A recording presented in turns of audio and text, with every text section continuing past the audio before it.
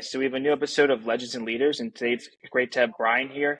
Brian, you're somebody that's kind of taken multiple different industries by storm.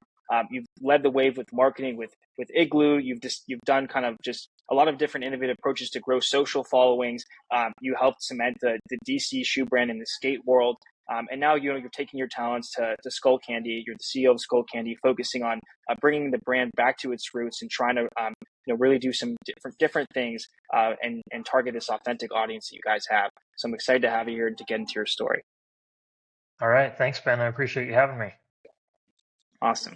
So where did kind of your passion for business leadership and and marketing, like where did that come from? Was it something that you always had as a kid, and how did that begin? I'd probably say two things. So one, my family, specifically my dad. So awesome blue collar work ethic, and then always had the side hustle, always the entrepreneur, and starting a lot of incredible new things. And then two, skateboarding. So skateboarding, very much a DIY mentality, and did that from a very young age, and just so happened to be in the right place at the right time in Southern California when the industry really had a boom moment, late 90s, early 2000s. So got to work for some really great brands, and as soon as I was on, I was never a good skateboarder, but as soon as I was on the business side of supporting the culture and the things that I love to do with my friends, the artists, the musicians, all those types of things, it was like, okay, this is the place for me, and I really want to, reach the potential that I think I have here. Mm-hmm. So what kind of steps did you take to really to go out and get more into the leadership side of things? Because you can get roles in the industry, but how did you move into that side of things? Yeah, so they're traditional school route. I went to business school, so had the nice toolkit there that you get to be able to run a business that not a lot of people in that industry were incredibly excited about. And it was just something that came naturally to me, and I did well and excelled there. And then I think I became one of the few people in the industry that was as comfortable on a skate trip with skateboarders as I was in the boardroom with a private equity partner. So had a little bit of that authenticity in both worlds, and said, this is something where I feel like I can really help the people that I love and the creators to create more, and also understand the people that are looking at the business as assets, how to extract the most value. So you kind of did a couple year tenure at DC Shoes, and you were heading up the skate area there. What do you think it took to really cement the DC brand in the skate space and make it a leader in that category? Yeah, it's a great question. I think there's a few things there as well. So one, timing. I'm a big fan of timing. So DC really just nailed timing, and then they had phenomenal product and design. They had incredible athletes that really positioned the brand to be something unique at the time and place. And then phenomenal business leaders, Ken Block and Damon Way. So Ken's somebody who had a huge influence on my early career with the mentality of lead and others will follow. And then having the incredible assets of Damon Way as, just an absolute pillar of culture in streetwear and skateboarding, and then Danny Way as, just Superman, who did the most amazing things on a skateboard that nobody could ever think of doing. And you whip all of those into creating this incredible brand at the time where skateboarding was absolutely blowing up. DC was this incredible leader of we're the biggest, we're the best, and we're the most authentic to skateboarding. So this is before Nike, Adidas, any of the sporting goods companies came into skateboarding. So I mean, if you weren't on if you weren't on with DC, like, you almost didn't matter at the time.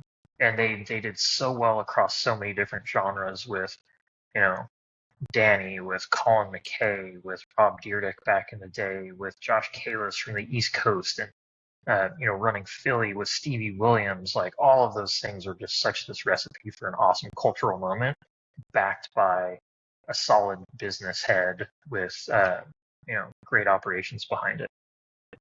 Mhm. So it seemed like you really liked it. Why did you decide to kind of do something else after a couple of years? uh, yeah, everybody has their own path. And so I had, at the time of my life, I wanted to physically be somewhere else with my wife, young family that we were doing, and really wanted to take a step up and be able to run more. So, I got a call from the president of the brand Ruka, RVCA, the apparel brand you may have heard of, that brought me back into the Board Riders organization, which you might be familiar with. So I was able to run more and bigger brands there, which was really exciting for me. So when you were there, they were the three-time winner of like men's brand of the year award. You guys experienced a five times sales growth. I think I read that from your LinkedIn. What do you think were the contributions that you put forth that helped that happen? I mean, those are tremendous achievements. Yep. Yeah, I think in lifestyle businesses, there has to be this really great balance of creativity and and operating efficiencies. So there, the brand is all about Pat Tenori, and he is this absolute phenomenal creative genius, and he built this just incredible tribe of people that lived and breathed this Ruka ethos. And another one similar to DC a few years earlier that was just like right place, right time, the right message that it just took off. But if you don't have the right business behind it to be able to optimize that creativity, then you get a lot of creativity, but you can't build the right product. You can't deliver it to the right retailers. You can't sell into the right retailers. You can't have the right relationship with the banks and the bankers to finance cash flow, all these types of things. So I've always had those great relationships with creative people, and I think my contribution has been able to be from a brand side to be able to extract these phenomenally creative ideas and commercialize them. So I think also to point, you decided to do your own startup for a little bit, and you went down that route. Like you've tried various different avenues and kind of tested your skills and given you challenged yourself. Why do you think that your approach has been do be at one place for a couple years? Try to really maximize your potential there, and really try entirely different avenues. Like some people would just go different C-suite avenues. You went all the way to doing your own startup, then all the way to doing like an incubated company. Is that just been your nature? Yeah, I definitely like new things, new challenges, and I think it took me probably a solid 20 years of my career to figure out like, okay, what am I best at and what's the right risk profile for me and what do I really want to go do with the skill set I've built. So yeah, I think most people in my position always want to be entrepreneurs. And then the right place, right time for me, the skill set I had with the business Yo shirt was, hey, let's go invent something that hasn't been created yet that can solve a lot of big problems for apparel industries. The story I said about creative and optimization, like to be able to unlock way more creativity, I wish we could just get rid of the optimization part. Like when you're building an apparel company, a footwear company, accessories, whatever it's going to be, like I don't want to be a logistics operation. I don't want to be a bank. I don't want to be a company that has to, predict the future if people are going to like this design 12 months from now when it finally gets to market. Uh, so YoShirt was an opportunity to put all that operational back end into the palm of your own hand as an individual consumer. And now you get to build whatever you want, whenever you want. You come up with an idea today and it's at your door, cut and sewn 3 days later. So that worked pretty well, but I almost had a heart attack, doing the fundraising. Going from 0 employees and not taking a salary for a few years to then having 20 employees overnight, and oh my gosh, now I'm responsible for people's livelihoods. uh, that wasn't the right level of stress that I wanted with my family at that time. So that's where I end up in private equity, where I like this a lot, where you've got significant financial interest in an asset being a business, and then go in as an operator and create value in that asset. And then you still have the opportunity, like an entrepreneur, to then go sell the asset and do fairly well financially, and then look at what is a, you know, now that we have the resources from a new owner, how can we really accelerate growth in the company that I love that I'm working for? Mhm. Why do you think that Skullcandy thought that you were a fit? Do you think it's just your experiences? You were great at marketing, and you helped turn around different brands, or was it just like there's? Do you think there were specific reasons why they chose you over someone else? Uh, I mean, you'll have to ask them that, but my guess is yes. So Skullcandy is unique in the consumer electronics space. So uh, you look at, you go walk into a Best Buy and you look at the brands that are on the shelf, and it's Apple, Beats, Bose, Sony, Samsung, JBL, and those are all, every single one of them puts an image in your head of like, okay, technology, consumer electronics, and then you have Skullcandy, and I would say Skullcandy is very, very unique because of the brand, and when we can be as good as those companies performance wise with consumer electronics, but then you layer on a really unique position with the Skullcandy brand, we immediately unlock millions and millions of consumers that are like, oh, everything is boring and basic when I look at it on the shelf, but then there's Skullcandy, and that speaks a little bit more to me as a consumer who maybe likes a little bit more fun and a little more excitement in their life. So that's what I built my career on is building brands, optimizing creativity for usually active and younger audiences. Uh, so I think we're on the path to take Skullcandy a little bit back to that place it used to be, but then again, it needs to be a very optimized business, which it hasn't really been in the past few years. Mhm. And so speaking of that, like the path that you want to take it to, like what are some like if you could just list like a couple of objectives that you want to hit, maybe by like end of next year, like what are some of the Yep. like the overarching goals and things that you really want to bring back, and some maybe some new things that you want to establish at Skullcandy? Yeah, like I've been here for about a year now. So year one was to try and get this place to a level of operational excellence that we can be proud of. We're very close to that. I'm very excited with that. The team is performing phenomenally. So now the big ones, product sales, marketing. So we need to put the right product line in the world. When we're thinking sales, we need to get it into the right retailers that our core consumers shop at, and they've shown us that they want to buy there, which a lot of the times is direct to consumer. A lot of the times it's a specialty retailer like a surf shop, a skate shop, a snow shop. Sometimes it's a big consumer electronics retailer like a Best Buy. Sometimes it is Walmart when they're there to buy their everyday necessities, but hey, let's go swing in the consumer electronics department because I lost an earbud and I want to go get a new pair. Ooh, Skullcandy's here. Uh, so you've got product, you've got distribution, and then marketing, brand building. So we've got to tell the right, authentic, exciting stories that make people think of Skullcandy again when they want to go buy new headphones. Like we've got to be top of mind for the people that we really want to talk to, and that's all about our positioning, our storytelling, how we're communicating to people. So turning the lights back on with the brand. But what do you think is like today the biggest differentiator when a consumer is looking at buying headphones? Is it or earphones? Is it price point? Is it the kind of design of the product? Like what do you think pushes them in the direction of you guys the most? Yep. Like the technology feature and benefit set, the price band, where they're competing at, and then brand. So if I want a product to go, listen to music while I'm running, that's very different than the product that I just want to have Zoom calls with when I'm in the office, and it's very different from I want to go watch an action movie in my house, but I don't want to wake anybody else up, but I want to have a really amazing experience with spatial audio and crazy bass when Tom Cruise is flying a jet in Top Gun. So all of these are different experiences that a consumer has to understand.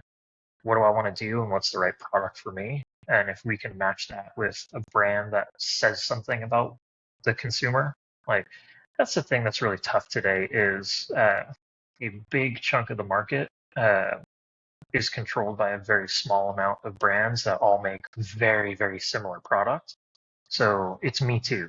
Uh, if you're in any city and you're on public transportation or walking down a busy street, it's like, oh wow, 9 out of 10 people have headphones in or on, and they all look very, very similar.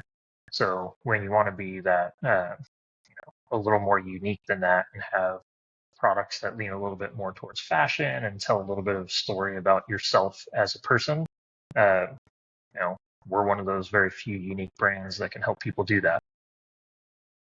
Do you think that there's going to be some sort of shift in headphone design or earphone design, or even just the way speakers are made, that's going to really change the industry in the next kind of 5 to 10 years? Because, like you mentioned, a lot of products right now they look similar. There's a similar design that's been Mhm. accepted by the industry, and the major categories that a couple different categories there are. I mean, what do you think that that would be if there was a change?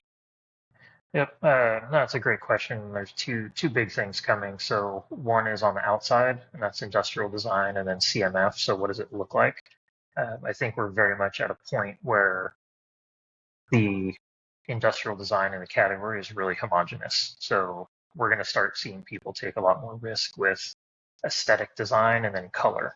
Uh, and then number two is the guts, so what's inside. And there are a lot of really, really cool things coming from, essentially these are going to turn into little computers in our ears. So you have the ability to go for a run or your commute and have all the content in your earbuds without needing a phone. I got all my music on here that's streaming from anywhere or Wi-Fi enabled. Also, I don't need Strava because I'm uh, monitoring all of my fitness through my ear canal. So you're going to see everything from spatial audio and having the most incredible acoustic experience in a very affordable product to machine learning uh, that can isolate noise bands. Like one of us could be at a construction site right now and we'll completely be able to cancel out the noise and focus on just our audio back and forth and make it sound like it's crystal clear and we're in, a soundproof room together. So a lot of like what you guys do, it's very fashion forward, Brian. You have a really fashion forward approach to audio products, and there's some brands that kind of go the exact opposite of that model, like you mentioned. I mean, do you think that that's like one of the strongest selling points of Skullcandy is that this appeal that the products have? I mean, when people look at other different types of audio products, they say, there's just not as much creativity in this, and that's what sways them over. I mean, is that like, and how do you come up with the designs and behind it? Is there a whole how do you determine what designs will work with your consumers? Is just testing. Yep. So yeah, two different questions there. So one is yes, we very much are unique with product design and color, material, finishes, things like that. Where we're here to take more risk because that's what our consumers want. Right now we have an interesting new collection we call Acid Snow Camo that is in specialty retail only. So you can only find it in a skate shop, a surf shop, something like that. And in the line, we've got a hot pink, a mauve, a moss green, a gray, and a black. And traditionally, you would only see black anywhere with a product like we put out. But our number one seller is hot pink, and our number two seller is mauve. So our consumers are telling us like we love the color, we love the fashion, so we give them more of that. We have a pretty good sized team in our headquarters in Park City, Utah, 3 miles from where the company was founded on a chairlift at the Canyons Resort by Rick Alden.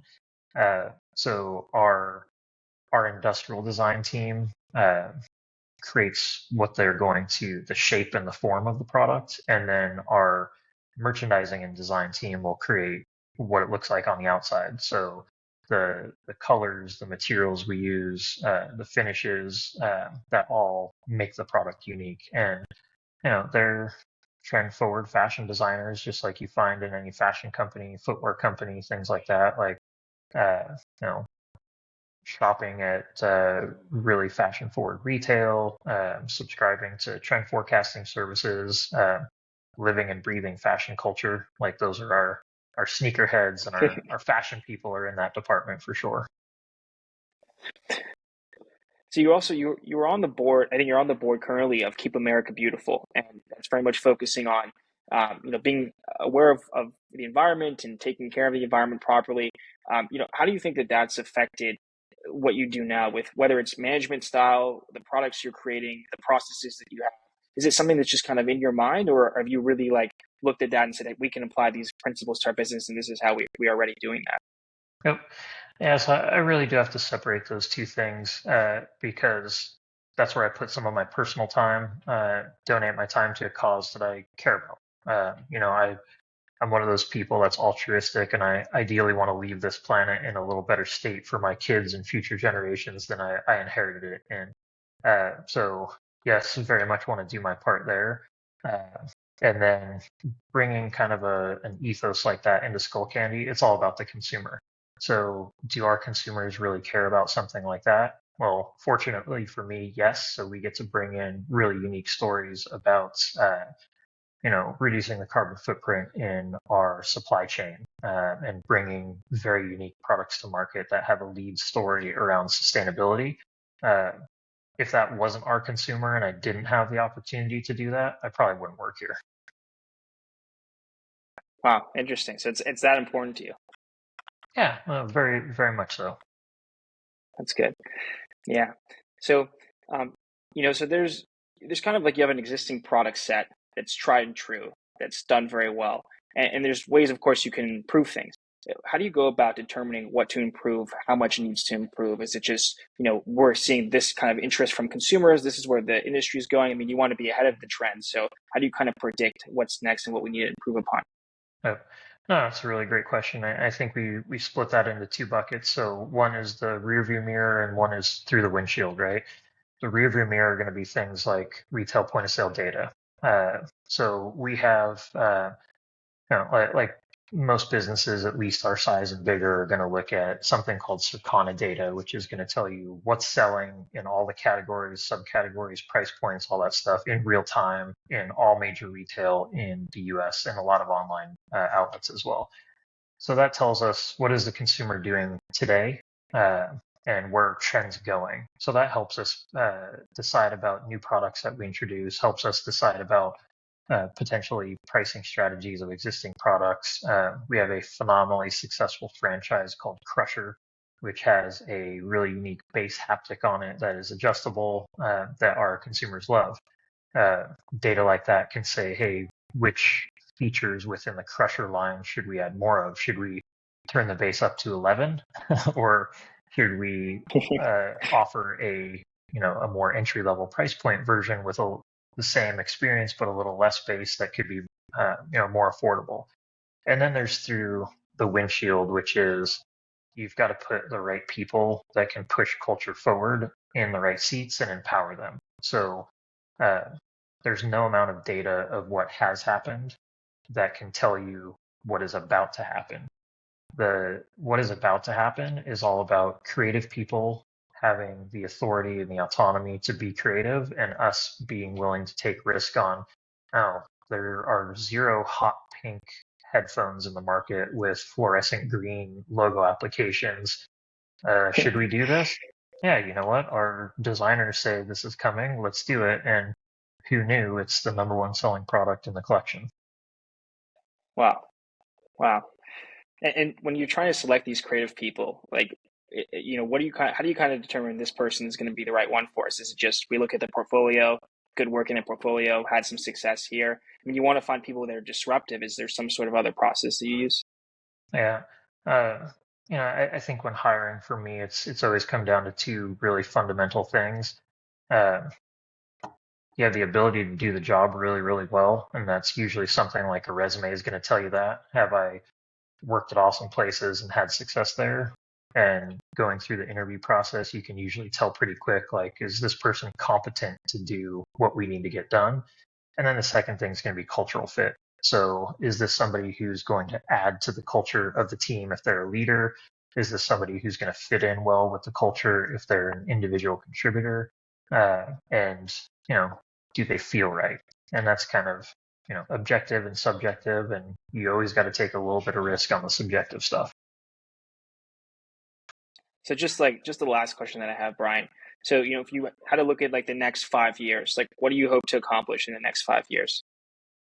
What I hope to accomplish is making Skullcandy uh, known once again as the most unique, most fun, most risky brand in this category for the millions and millions of active people that are out there that would love a brand like ours, while at the same time making it a really fundamentally solid business.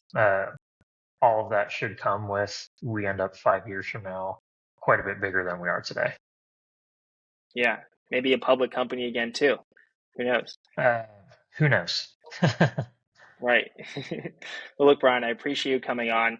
I think you have a great story. I mean, you've been working hard for quite some time, and now you're leading the world of audio. And I think it's exciting what you're trying to do with bringing the brand back to its roots, and also establishing a new audience through risks, through innovative products. And I think that kind of applying the mentality that you have by shaping the culture from within instead of just letting the culture exist and kind of fitting into it is a good way to go too. So thanks for coming on.